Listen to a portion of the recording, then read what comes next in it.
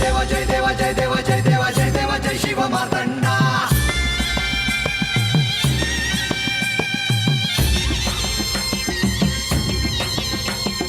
जय देवा जय देवा जय देवा जय देवा जय देवा जय शिव मार्तंडा. हरिवर्धन मल्हारी तुझी प्रचंडा. अगडदुम नगारा सोन्याची जेजुरी देव गेले जेजुरा निळा घोडा. अगडदुम नगारा सोन्याची जेजुरी देव गेले जेजुरा निळा घोडा. पावने तोडा कमरी कर पटा मिहिर मस्तकी तुरा. खोबऱ्याचा कुटका भंडाऱ्याचा भडका बोल हंकरा सदानंदाचा येळकोट. सदानंदाचा येळकोट. जय देवा जय देवा जय देवा जय देवा जय देवा जय शिव मार्तंडा. जय देवा जय देवा जय देवा जय देवा जय देवा जय शिव मार्तंडा. हरिवर्धन मल्हारी तुझी प्रचंडा. जय देवा जय देवा जय देवा जय देवा जय देवा जय शिव मार्तंडा. हरिवर्धन मल्हारी तुझी प्रचंडा.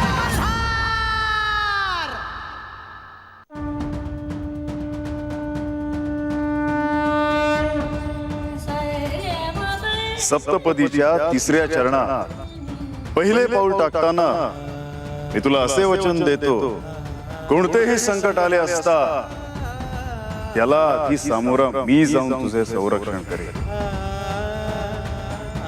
अशुभाची सावली देखील तुझ्यापाशी येऊ देणार नाही.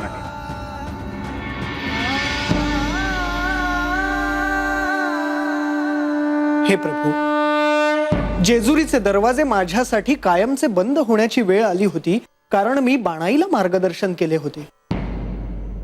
पण त्यावेळीही मी खंडेरायांना माझी बाजू पटवून दिली होती. मुनिवर, बाणाई आपली शिष्य आहे आणि आपण तिचे गुरु आहात. आपण बाणाईला मार्गदर्शन जरूर करा, परंतु तिला खंडेरायांच्या आयुष्यात आणण्याची घाई करू नका. माझा असा हेतू कसा असेल देवा? बाणाईला तिच्या ध्येयाची आठवण करून देणे, तिला तिच्या ध्येयापर्यंत घेऊन जाणे हे माझे कर्तव्य आहे. देवा, भविष्यात असे पुन्हा काही घडले तर आपण कृपया माझी बाजू समजून घ्यावी ही प्रार्थना. मुनिवर, शिवलीलेत आपल्या हातून अशी कोणतीही घटना घडू नये जेणेकरून खंडेरायांना राग येईल. आज्ञा असावी देवा.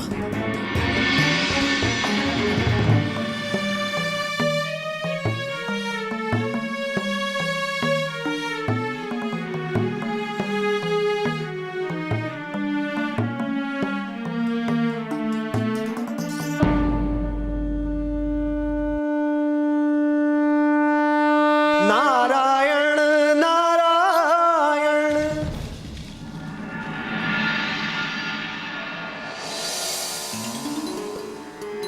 महाराज,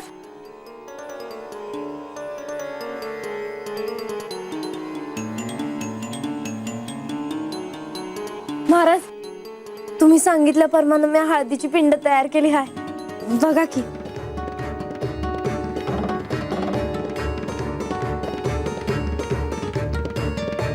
आता एका नवीन अध्यायाला सुरुवात झाली आहे. बानू, हे शिवलिंग शिवशक्तीचे प्रतीक आहे. मी तुला आधीही सांगितल्याप्रमाणे तुझ्यावर जसे शिवाचे ऋण आहे तसेच शक्तीचेही आहे. त्यामुळे त्यांच्या पुढे नतमस्तक होणे, त्यांच्याबद्दल मनात नेहमी कृतज्ञता असणे हे अत्यंत आवश्यक आहे.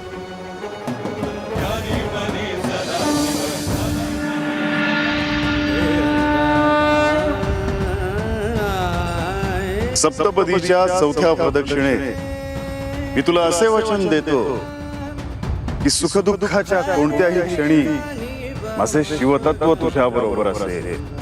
अशा प्रसंगी तू शक्ती होऊन मनुष्य जन्माचे सगळे भोग भोगत असताना माझ्यावर विश्वास ठेव, मी तुझ्या बरोबरच असेल.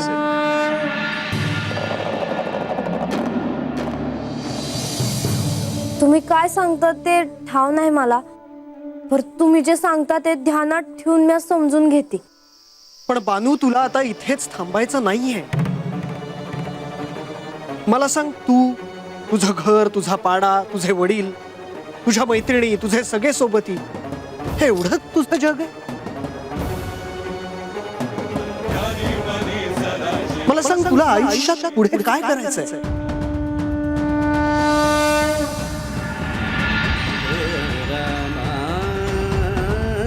सप्तपदीच्या 5व्या फेरीत मी तुला असे वचन देतो की आपल्या नात्यामध्ये मी तुला जी वचने दिली आहे त्याप्रमाणेच वागे. जर तुला त्याचा विसर पडला तर तूच ते समजून घे, परंतु तुझ्या मुखातून बाहेर पडलेले वचन पूर्ण करण्यासाठी मी कोणत्याही दिव्यातून जायला तयार आहे.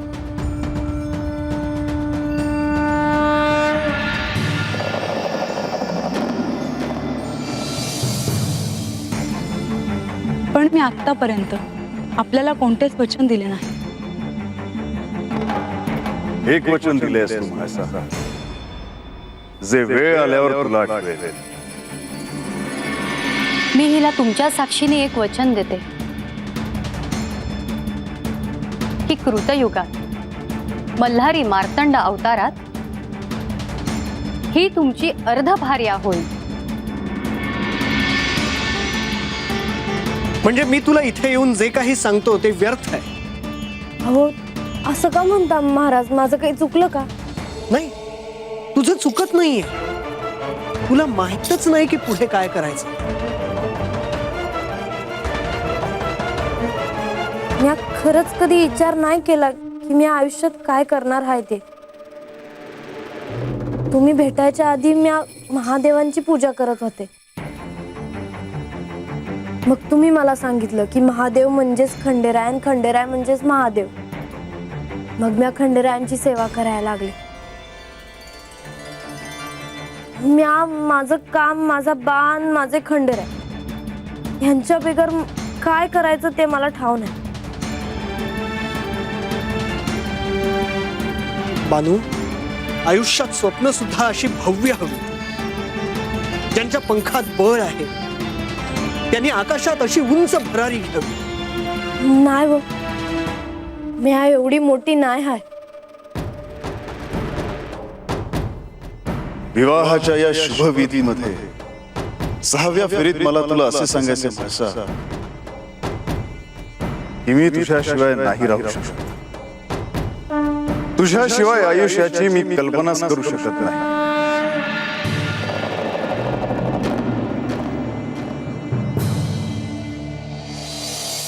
बानू, तू काय आहेस हे तू सांगू नको, कारण ते तुला माहित नाही. तुला काय करायचंय, तुझं ध्येय काय हे तुला माहित नाही. सांगशील तुला काय हवंय आयुष्यात?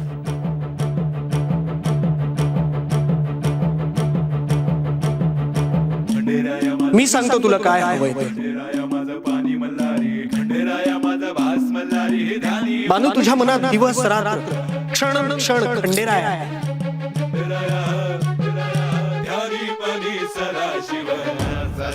तुझं रोमन रोम खंडोबा खंडोबा म्हणत असत.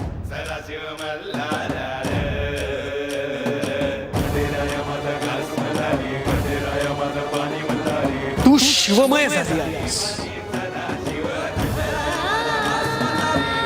तुझ्या मनात तू खंडेरायांचे जे चित्र तयार केले आहेस, मी तुला आज सांगतो की खंडेराय त्या चित्रासारखेच आहे.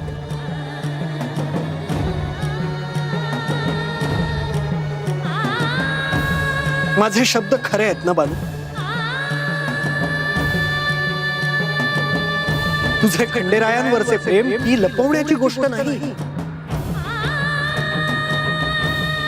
ही घोषणा करण्याची गोष्ट आहे.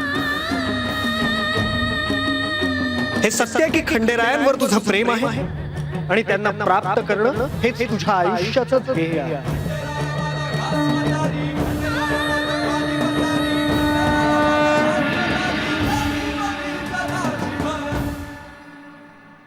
सप्तपदीच्या 7व्या आणि शेवटच्या फेऱ्यात मी तुला असे वचन देतो की अरे अरे तू आहेस तरी कुठं र बाबा? अरे हे डोळे मिठायच्या आत भेट तरी मला. आता आता मी थकले थकले.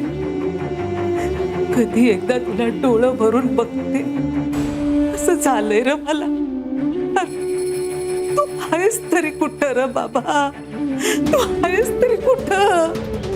एकदा भेट रे बाबा, एकदा भेट मला, एकदा भेट रे बाबा, भेट रे.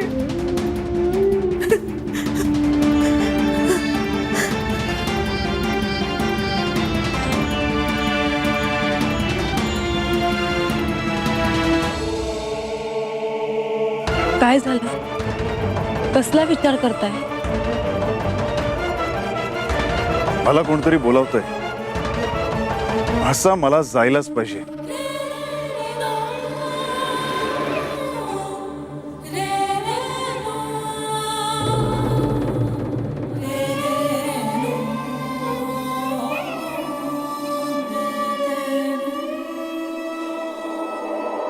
माझ्यासाठी तुम्ही इथपर्यंत आलात.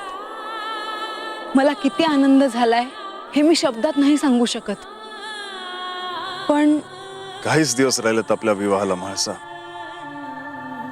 काळजी करू नकोस.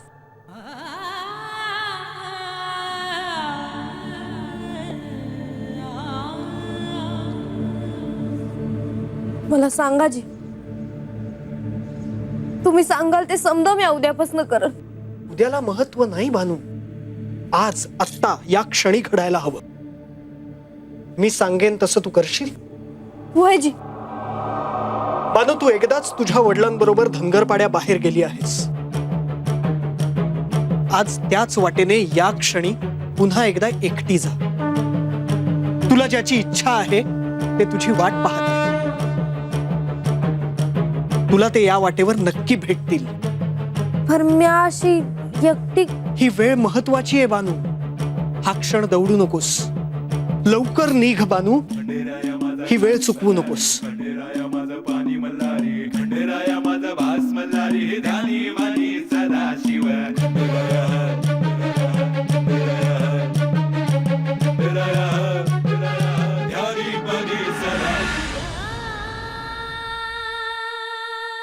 बानू,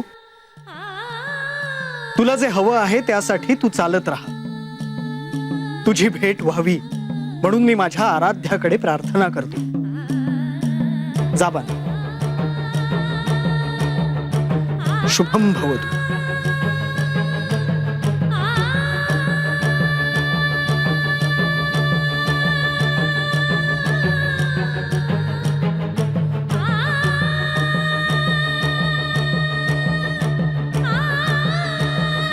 नारायण नारायण.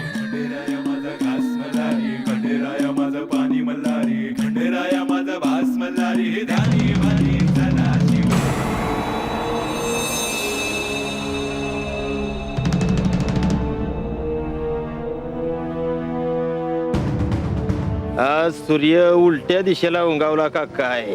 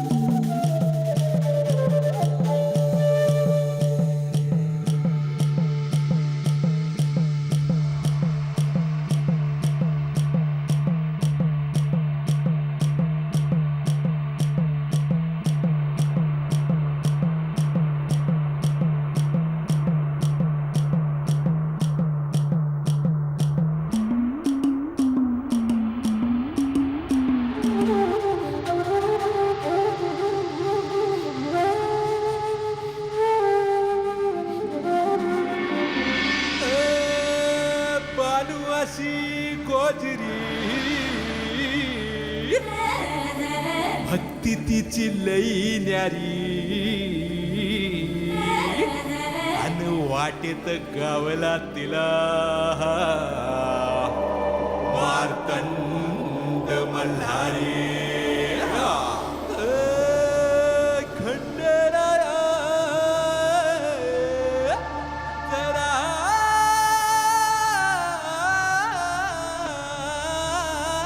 मल्हारी अरे खंडेराया सरा मल्हारी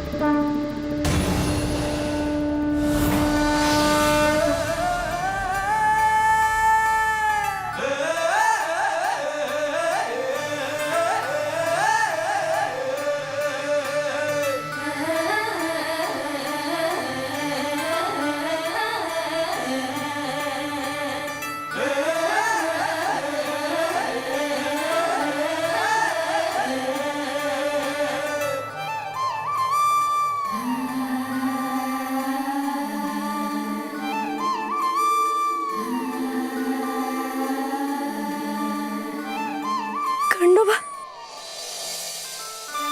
खंडेराय,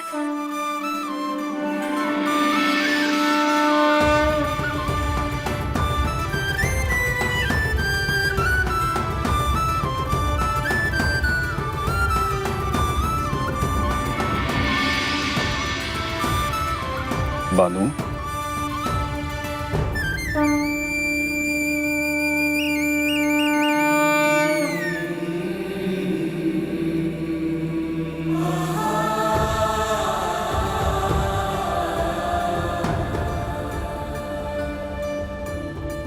बानू, तू आज इथे?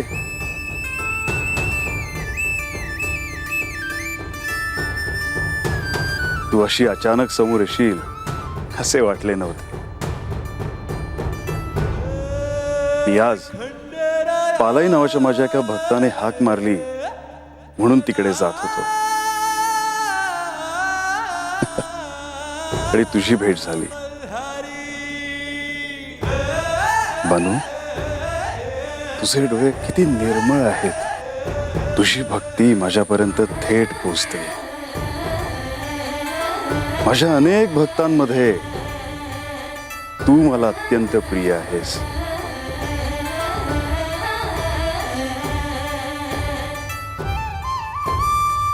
तू जे बोलतेस ते मी ऐकतो. तू जो नैवेद्य मला दाखवतेस तो नैवेद्य मी अन्न म्हणून ग्रहण करतो. तुझे हळदीचे शिवलिंग बनवतेस तेव्हा माझ्या अंगावर हळद उमटते. बानू, सांग काय हवं तुला? बानू अशी गोजरी मार्तंड मल्हारी काय बोलावं कळना झालंय. माझा देवच भेटल्यावर मी काय मागणार? सांग काय हवंय तुला? काय मागावं कळना झालंय. पर मला असं वाटतं की तुम्ही एकदा माझ्या घरला यावं. माझ्या हातनं तुमची सेवा व्हावी. मला असं वाटतं की मी तुम्हाला जेवायला घालावं. एवढंच ना? कधी बी आजी. ठीक आहे, यानंतरच्या पहिल्या पौर्णिमेला मी तुझ्या घरी येईन.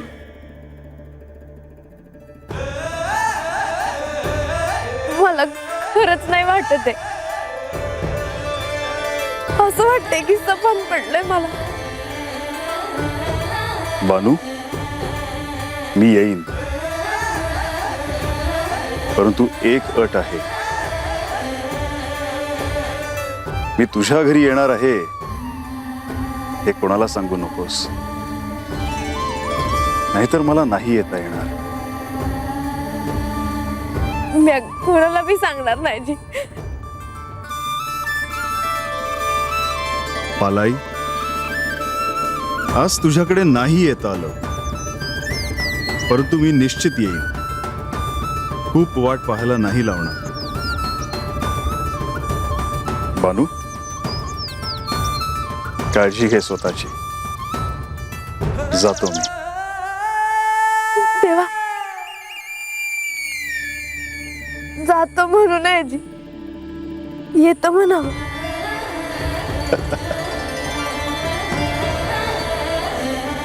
येतो मी.